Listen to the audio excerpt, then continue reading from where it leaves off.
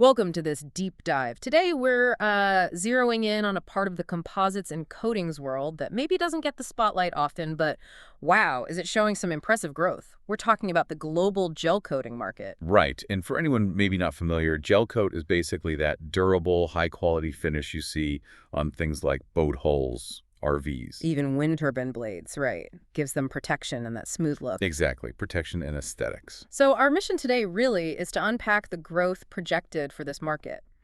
We want to understand which regions are really pushing it forward, and we'll distill what the forecasts from our source, that's the Global Gel Coating Market Forecasts to 2033 by Cognitive Market Research, actually mean for you listening. Yeah, it's interesting because these kinds of specific, almost niche industries can sometimes tell you a lot about bigger economic trends. Okay, let's dive in then. Starting with the big picture. The source says the global market pulled in revenue of, let's see, 892.312 million back in 2021, so just under 900 million. Right.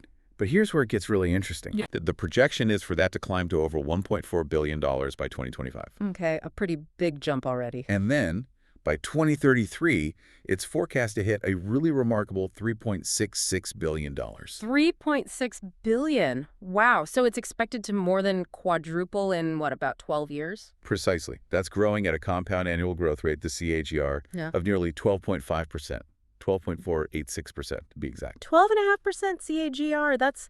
That's really strong, especially for a materials market like this, isn't it? Absolutely is. What's fascinating here is just the scale of that projected growth. For something like gel coating, which, many people might not even think about, Right. these numbers signal really robust demand. Significant expansion in where it's being used. It just highlights how important these specialized materials actually are in global industries. So a very healthy global picture. Massive growth expected. Now, let's zoom in a bit. Where is this growth actually happening? Which regions are the hotspots? That's the key question, because the regional picture tells different stories. It connects to specific development patterns and industrial activity. And the standout, according to the data, seems to be Asia-Pacific. It's flagged as the absolute leader in growth. No question. The numbers show it going from around $274 million in 2021. Yep, $273.94 million. Up to an impressive $1.22 billion by 2033. That's the strongest TAGR too, right? Over 13%? That's right, 13.29%. It's the clear frontrunner in terms of growth rate. Why do you think APAC is expanding so aggressively here? What are the drivers? Well, it's likely a combination of factors. You've got huge infrastructure projects underway in many countries there. Okay. Booming manufacturing sectors, think automotive, construction, marine, and also a rapidly growing leisure marine industry in some parts. Makes sense. And within APAC, any specific countries leading the charge? China is a big one, projected to surge from about $89 million to over $400 million by 2033. 400 million, wow. But you really need to keep an eye on India. It actually has the fastest growth rate within APAC. It's set to expand from roughly $36 million up to over $176 million. India, okay, that's quite an acceleration. Often tied to urbanization and domestic demand, I suppose. Exactly. Plus, you have significant contributions coming from Japan, projected to reach almost $194 million. South Korea, around $115 million. Australia, nearly $80 million. So broad-based growth across the region. Very much so. Singapore, Southeast Asia as a whole, Taiwan, they all add meaningful chunks to that total APAC figure. Okay, let's shift gears across the Pacific. What about North America? Still significant growth there, I assume? Oh, absolutely. A very significant contribution.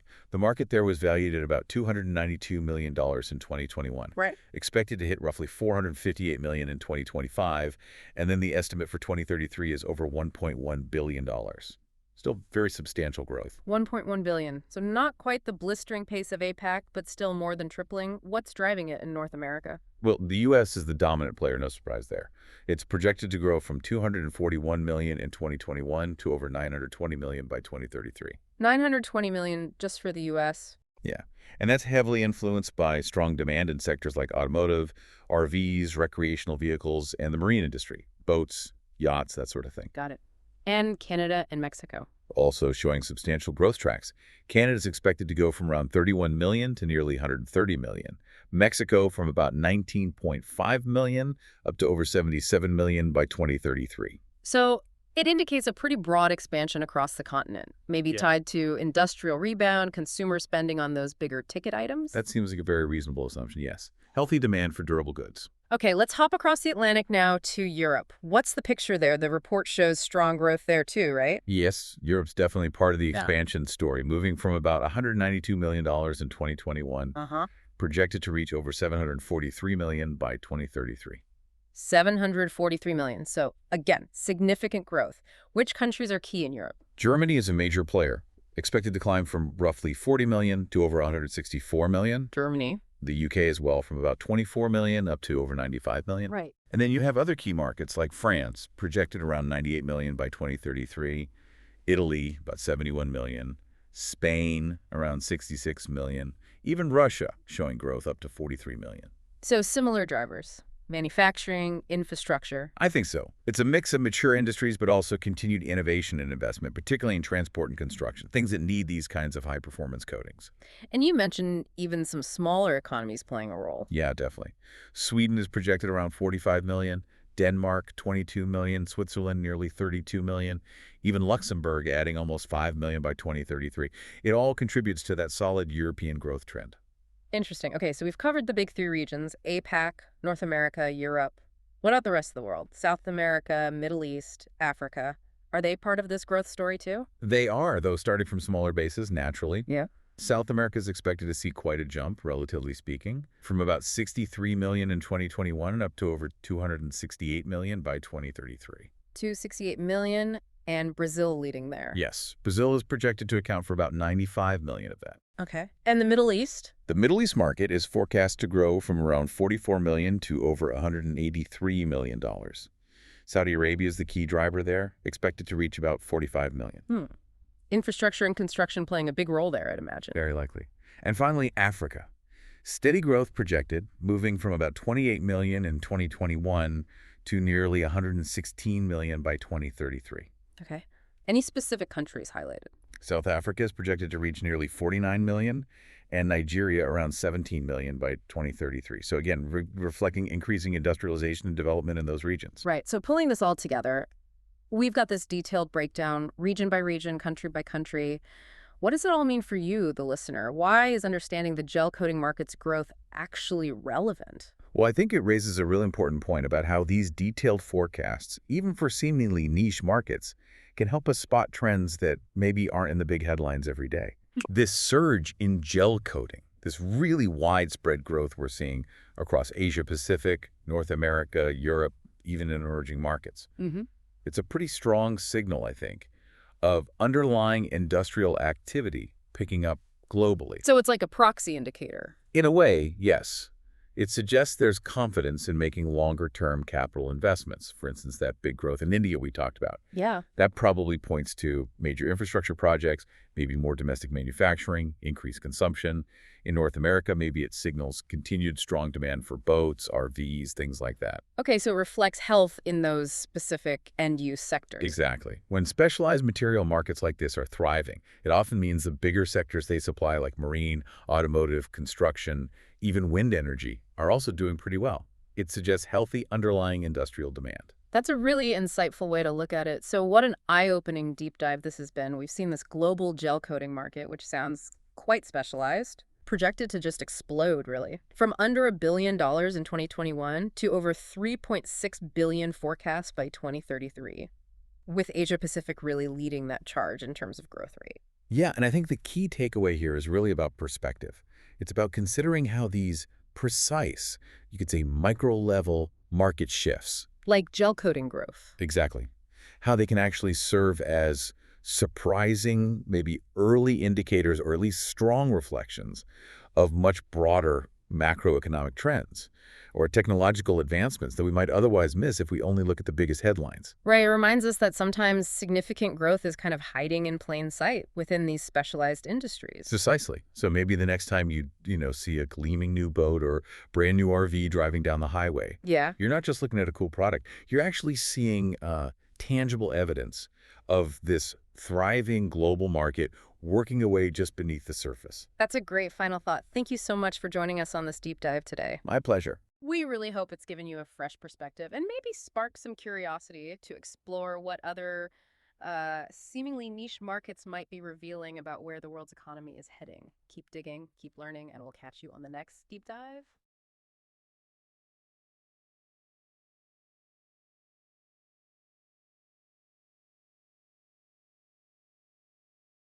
Welcome to the Deep Dive. Today we're taking a plunge into a corner of the coatings industry that you might not often hear about, yet it's quietly essential to so much of our modern world, the gelcoating market.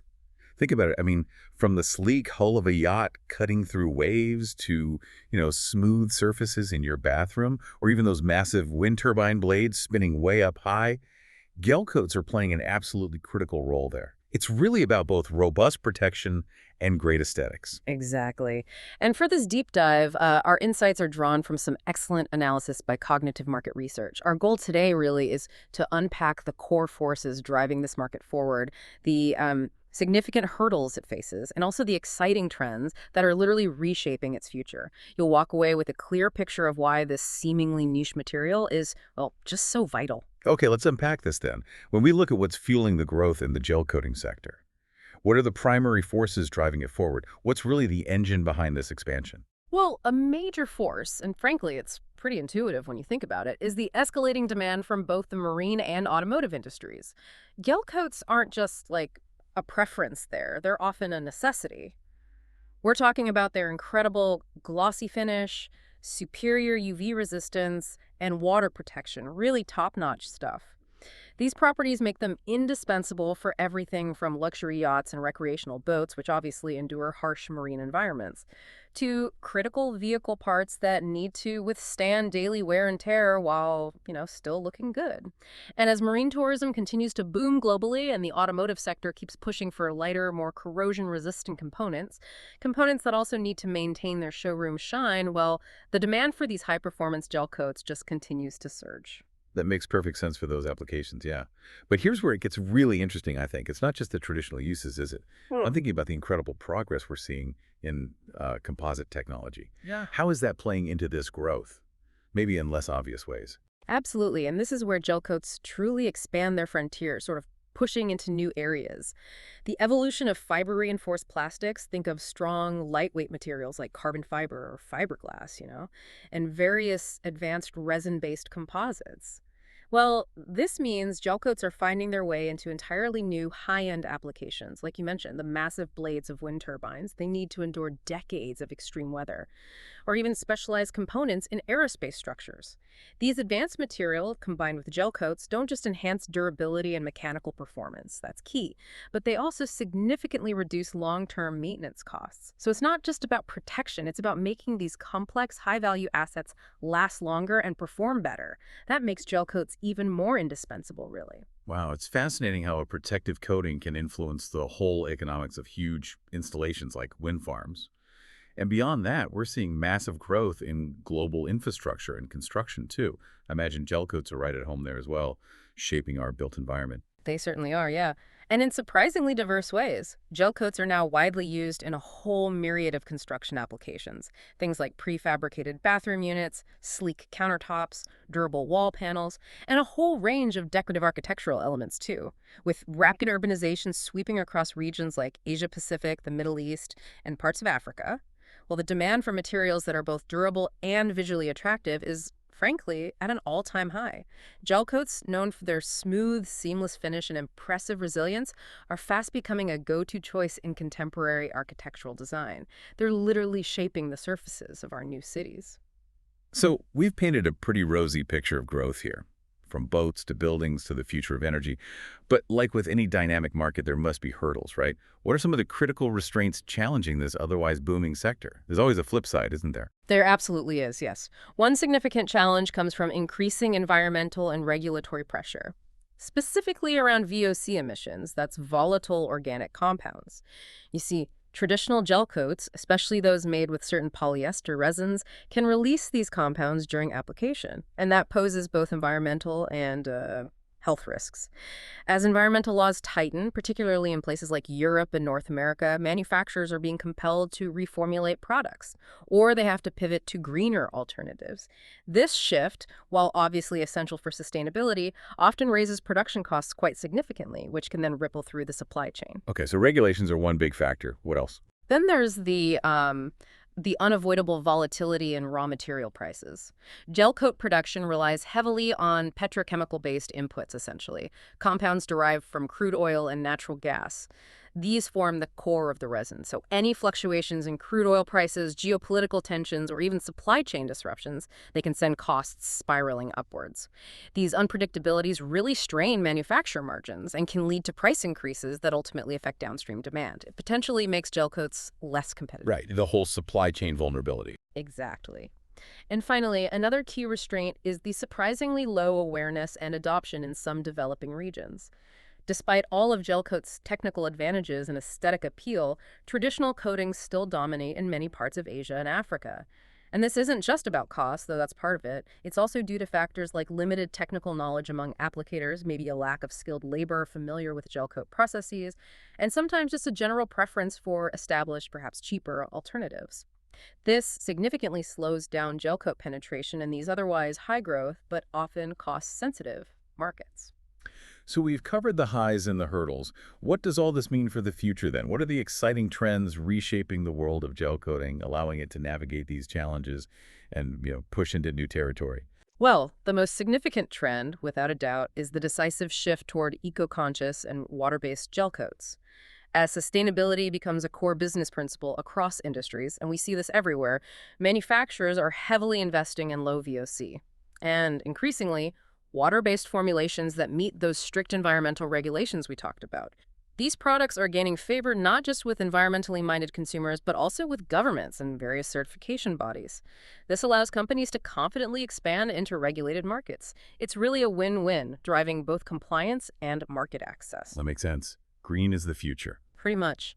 Another rapidly accelerating trend is the increasing use of gel coats specifically in wind energy applications. As global investments in renewable energy surge, particularly in these massive offshore wind projects, gel coats are proving absolutely crucial.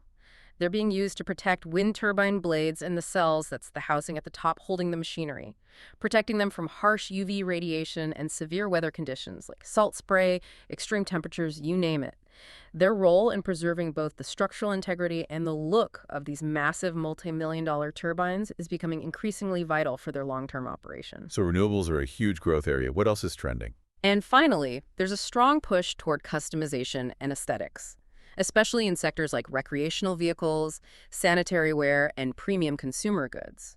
End users are no longer content with just standard finishes, right? They're now seeking very specific colors, textures, even unique sort of touch and feel qualities that perfectly align with their brand identity or personal preferences. Gel coat manufacturers are responding by offering highly tailored solutions that meet these demanding visual and tactile requirements. This is particularly true in high-end markets where appearance is really just as important as the underlying performance. Okay, so to sum it all up then, it's clear the gel coating market is evolving at an incredible pace. It's driven by advancements in composites, booming end-user industries from marine to construction, and that major global shift towards sustainability. While it certainly faces hurdles like tightening regulatory pressure, the volatility of raw material costs, and the ongoing need for market education, the future truly looks promising for this essential material. Indeed. The opportunities are vast and exciting, spanning across marine, automotive, wind energy, construction, you name it. This isn't just about keeping things pretty. It's about enabling new designs, extending lifespans, and increasingly contributing to a more sustainable future. The innovation definitely continues. So here's a final thought for you to consider. Given these powerful trends and challenges, how might gel coats evolve beyond just surface protection to become an integral part of sustainable design and material innovation? Maybe in unexpected places, something to really think about, how these unsung heroes of material science continue to shape our world. Thanks for joining us on the Deep Dive. Stay informed and stay curious.